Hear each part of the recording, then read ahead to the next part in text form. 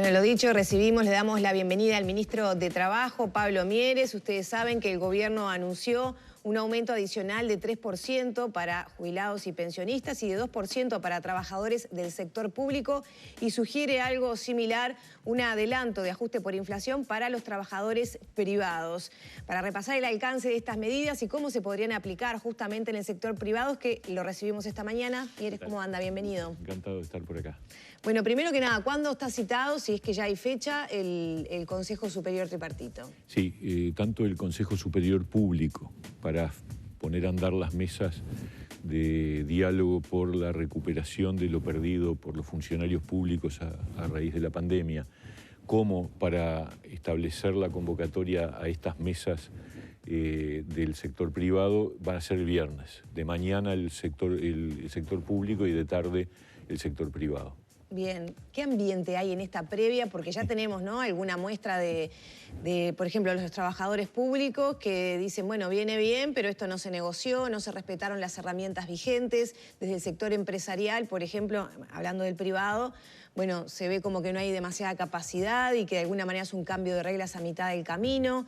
¿Qué ambiente hay en ambos núcleos, digamos? Bueno, a ver, primero hay que decir lo que fue el anuncio. El anuncio es una voluntad clara del gobierno de responder para que los bolsillos de trabajadores y de jubilados no sufran un impacto de una inflación que no fue inventada por nosotros ni resultado de políticas internas del país, sino que vino de afuera. Eso lo tenemos todos claro.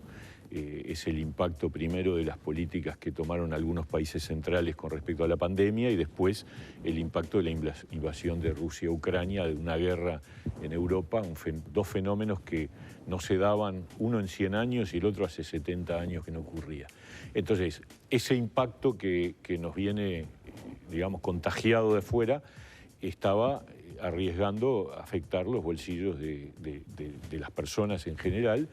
Y por lo tanto entendimos que había que dar un paso en ese sentido y por un lado para los jubilados ese aumento del 3% a partir de julio y por otro lado para el sector público un aumento de 2%. Con lo cual si uno suma los aumentos que se dispararon el 1 de enero, vamos a tener que coincide un 9% de incremento de ingresos tanto para el sector público como para los jubilados y pensionistas.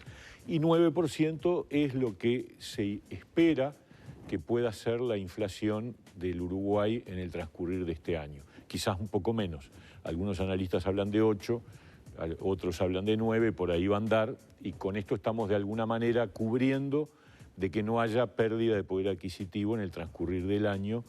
Y por supuesto con el sector público vamos a sentarnos, esto ya estaba acordado desde diciembre del año pasado, a acordar cuánto es lo que se perdió en el 2021 y de qué manera se va a recuperar. Entiendo yo que este 2% forma parte de esa recuperación, es decir, de alguna manera es un adelanto a cuenta de una recuperación que el gobierno se compromete a cubrir. Claro, esas son las críticas que surgen desde diferentes sectores. Ayer teníamos a los jubilados y pensionistas que decían, bueno, sí, siempre viene bien un aumento, pero no es representativo de las pérdidas que se vienen acumulando a lo largo de este último tiempo. La verdad, los jubilados tuvieron en el 2021 un aumento que refirió al índice medio de salarios del 2020, y tuvo una pequeña diferencia con respecto a la inflación, o sea que hubo, si se quiere, una pérdida. Este año la pérdida era un poco mayor, pero con este 3% se cubre sobradamente. Estamos hablando de que las jubilaciones tendrán en total un 9% de incremento, y con eso, a ver, cuando se aumenta el 6% en enero, la inflación acumulada desde enero a marzo es 4,4%, o sea que ese 6% todavía está cubriendo el 4,4% de incremento de precios. A su vez, como se está previendo 3% adicional, vamos a tener cubierta la pérdida de lo que significa la situación de los jubilados. Por supuesto que hay una deuda para atrás con los trabajadores y que obviamente por reflejo se da también con los jubilados. ¿Por qué? Y porque hubo un momento en que la situación del mundo era realmente muy difícil, muy dura, y que acordamos con los trabajadores y con los empresarios que hubiera una eventual caída del salario real. El periodo de puente se firmó entre las tres partes, fue un acuerdo del Consejo Superior Tripartito del que derivó una pérdida que nosotros tenemos el compromiso de recuperarla. Y con el sector público, para dejar de lado un poco los jubilados e ir al sector público, el aumento de enero fue un aumento del 7% que tiene dos componentes, 5,8 por inflación esperada y 1,2 de recuperación. Ahora, con este 2%, nosotros lo que estamos haciendo es imputarlo, y eso lo tendremos que conversar con ellos, o lo imputamos a la diferencia entre inflación esperada e inflación ocurrida, que va a andar más o menos por ahí, o lo imputamos ya como un componente adicional de recuperación de la pérdida de 2021. Pero en cualquier caso, lo importante es lo que llega a los bolsillos de la gente. Y la gente lo que va a sentir es que, bueno, que va a haber un aumento en mitad de año, que lo que busca es subsanar esa situación de incremento de precios. ¿Qué pasa con el sector privado? El sector privado tiene tres situaciones distintas. Una, los más afectados, la gente que trabaja hotelería, restaurantes, turismo, transporte turístico, todos ellos han quedado en un sistema de negociación separado. Tuvieron el periodo puente, igual que todos, pero luego, en el año pasado, en la 9ª ronda, volvieron a estar en un nuevo periodo puente con un 3% de aumento en enero, con lo cual han perdido más salario real que el resto de los trabajadores privados. En julio se abren esas mesas de negociación y la idea es cómo empezamos a revertir la situación en línea con que también el sector turístico se está reactivando y estamos saliendo, ya salimos de la pandemia. La pregunta es, ¿esos sectores tienen posibilidad de dar este 2%? Esos sectores van a pautar algo a partir de julio, pero eso es parte de una negociación que se va a abrir el 1 de julio de este año. Nosotros a los que referimos con respecto al anuncio del lunes es a una parte de los que no fueron los más afectados, pero que igual acordaron convenios a 2 años donde el ajuste por inflación quedó diferido para el final del periodo. ¿Y esos sectores, más o menos para enlistar algunos de ellos? Hay algunos sectores de comercio, hay algunos de industria, hay sector agropecuario. Calzado, textil, todos esos están implicados dentro de ese vestimenta grupo. Creo que no, porque la mayoría de los sectores acordaron ajuste por inflación anuales o semestrales. Entonces ellos ya están cubiertos porque se van a disparar ajustes específicos a lo largo de este año. Entonces el tema son los otros, que son alrededor de 280.000 trabajadores. Sí, hoy el Observador publica un relevamiento entre estos sectores que sí van a tener que negociar este 2% y menciona algunos, por ejemplo, estaciones de servicio, empresas de limpieza, estudios contables profesionales y no profesionales, peluquerías, tintorerías, trabajadores de áreas verdes, agencias de publicidad, despachantes de aduana, inmobiliarias, administración de propiedades, entre otros. Está bien, efectivamente. Y hay un sector agropecuario también. Sí, incluía también a vestimenta, textiles, cuero. Sí. Perdón. No, que por eso se lo cité, porque entre otros mencionaba a la industria del cuero, vestimenta, calzado, textil. Bueno, está bien, era así. A ver, dentro de esto hay una gran heterogeneidad también, es verdad. Y por lo tanto, las mesas se tendrán que reunir y evaluar y buscar acuerdos. Nosotros sugerimos que se adelante el acuerdo. No tenemos potestad de definición ni tampoco vamos a violentar convenios que ya se firmaron. Eso significa que el gobierno no busca terminar votando, lo que busca es conversar. También del lado empresarial hay que evaluar que esos empresarios o esas empresas, si mantienen el corrimiento, digamos, que el ajuste sea en julio del año que viene, van a tener un ajuste muy importante. Entonces la pregunta es si no conviene también dosificarlo, digamos, de alguna manera acordarlo para, como se dice vulgarmente, pagarlo en cuotas. ¿Se tensaron las relaciones entre el gobierno y el sector empresarial, justamente abierto, por ejemplo, por las declaraciones de Cámara de Industrias, cámaras empresariales, ¿no? Con este cambio de reglas que dicen en la mitad del río, digamos? No es ningún cambio de regla, es una sugerencia que el gobierno le transfiere a una parte, a un sector de las mesas, pues son son como 250 mesas en total en los consejos de salario. Son cerca de 90. Estamos hablando, sí, de unas 80, por ahí. O sea, un 40% de las mesas. Y bueno, ellos tienen que evaluarlo, pero no ha habido ningún problema de afectación de las relaciones. Es más, vamos a tener mañana una conversación con dirigentes de cámaras empresariales y además está convocado el Consejo Superior Tripartito para el viernes. O sea que el diálogo es perfecto, igual con el PIT-CNT, que Abdala anunció que quería reunirse con nosotros. Yo le mandé ayer un WhatsApp porque la llamada no llegó, pero le mandé un WhatsApp, le pregunté y quedamos en reunirnos mañana con el PIT-CNT y también con las cámaras empresariales por separado. Ahora, ministro, el otro tema que queda también y que es parte de una de las metas que tiene el gobierno es combatir la inflación, ¿no? Claro. Y tanto economistas como técnicos en la materia han señalado que tal vez esto no sea lo mejor y de hecho se ha hablado que ese aumento se va a tener que trasladar inevitablemente a los precios de los productos. ¿Ustedes cómo lo ven eso? Sí. Y sobre todo, ¿cómo va a ser esa negociación? ¿Se va a hablar sobre ese tema también en el Consejo? A ver, yo me permito discrepar con la opinión de muchos analistas. No, de hecho ya se ha hablado que el impacto sería muy mínimo. Sí, nosotros lo discutimos con el equipo económico, tenemos claro que los aumentos salariales pueden tener un componente inflacionario, porque desde el punto de vista económico es un costo de producción, digamos, que se aumenta. Pero estamos hablando de que este impacto está circunscripto a esas mesas del sector privado, en cuyo caso, digamos, el alcance del traslado a precios de un eventual ajuste adelantado por inflación, por diferencia de inflación, es muy acotado. La verdad, el análisis que han hecho en el equipo económico habla de que no va a tener prácticamente impacto, va a ser mínimo. ¿Y por qué se habla de señales contrapuestas a la política macroeconómica o el objetivo que persigue el Poder Ejecutivo? Bueno, porque el objetivo del Poder Ejecutivo, objetivos el Poder Ejecutivo tiene varios. Uno era recuperar el empleo, el más importante. Segundo, bajar la inflación, sin duda, es un objetivo. Tercero, recuperar el poder adquisitivo del salario.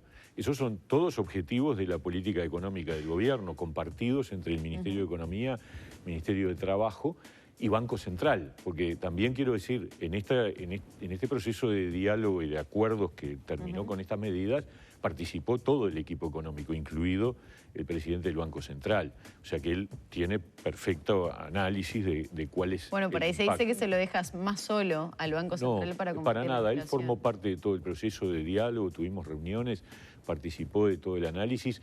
Obviamente el equipo de gobierno es un equipo multidimensional, donde todos tenemos en cuenta las preocupaciones y digo más, estas medidas son posibles porque el gobierno tuvo disciplina y responsabilidad en el manejo de la pandemia que nos permitió generar los recursos que hoy podemos poner arriba de la mesa. Unos 110 millones de dólares cuesta aumentar salarios públicos y jubilaciones y pensiones a partir del 1 de julio. ¿Por qué? Y porque hay un objetivo primordial, que es que la ciudadanía no sufra el impacto directo de una inflación que no gobernamos, lamentablemente, pero a la que tenemos que responder. Entonces, hay un alineamiento. El objetivo de bajar la inflación sigue estando arriba de la mesa. Y, ministro, obviamente estamos en un momento de tormenta. ¿No es retrasar la recuperación de empleo? Porque el argumento más fuerte que hubo cuando comenzaron las negociaciones era no aumentar salarios para favorecer el empleo. Ahora no se Lo que pasa es que el empleo ya ha logrado niveles de recuperación que por suerte alcanzamos a fin del año pasado. Estamos con cifras de empleo similares a la prepandemia, que no era buena, era bastante mala. En desempleo estamos incluso en cifras mejores, estamos en datos que para encontrar similares hay que ir al año 2016. Estamos en un 7,5% de desempleo, que es una cifra, por suerte, bastante baja. Pero hay subempleo, hay problemas de acceso al empleo, diferencias desde el punto de vista de género, de edad, etcétera, que tenemos que seguir atacando. O sea, el empleo sigue siendo un objetivo. Ahora, estas medidas no afectan el empleo. ¿Por qué?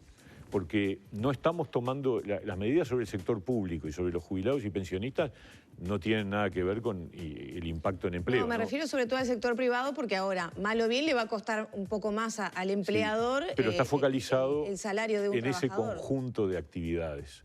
Entonces, yo no creo que haya situaciones que en términos generales afecten de manera macro el empleo. Puede haber puntuales, sí, situaciones, pero también esas medidas, esa posibilidad de adelantar el ajuste por inflación se da si es posible darlo también. Nadie va a exigir lo imposible, ¿no es verdad? Lo que estamos haciendo es sugiriendo que se evalúe la posibilidad. Y para los sectores donde no es posible darlo, que ya sabemos, algunos de ellos usted le mencionaba, pero hay otros que también resuelvan no hacerlo en el ámbito de estas negociaciones que se vienen. ¿Se está pensando en otros instrumentos para apuntalar esos sectores? Bueno, me refiero porque ya que están caídos, digamos, los demás van a tener un aliciente y estos no. Me refiero sobre todo a los trabajadores. Y también no representa un desafío a largo plazo, me refiero a sectores concretos muy castigados, turismo, hotelería, que es una estrategia de desarrollo del país, con lo que significa para los ingresos, ¿no? La exportación de servicios. Yo les diría... Que está perdiendo, o sea, hay gente que trabajaba, que ya no trabaja más ahí, está perdiendo mano de obra capacitada, especializada. ¿Qué se está pensando para esos sectores? Bueno, de hecho, a ver, no es que ahora estemos pensando, desde que empezó la pandemia ha habido instrumentos múltiples.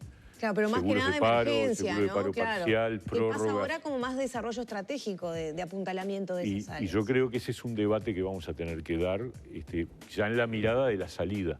Pero el diálogo que hemos tenido con el sector turístico es muy fuerte, es muy permanente, es profundo con el sector empresarial y con los trabajadores del sector turístico.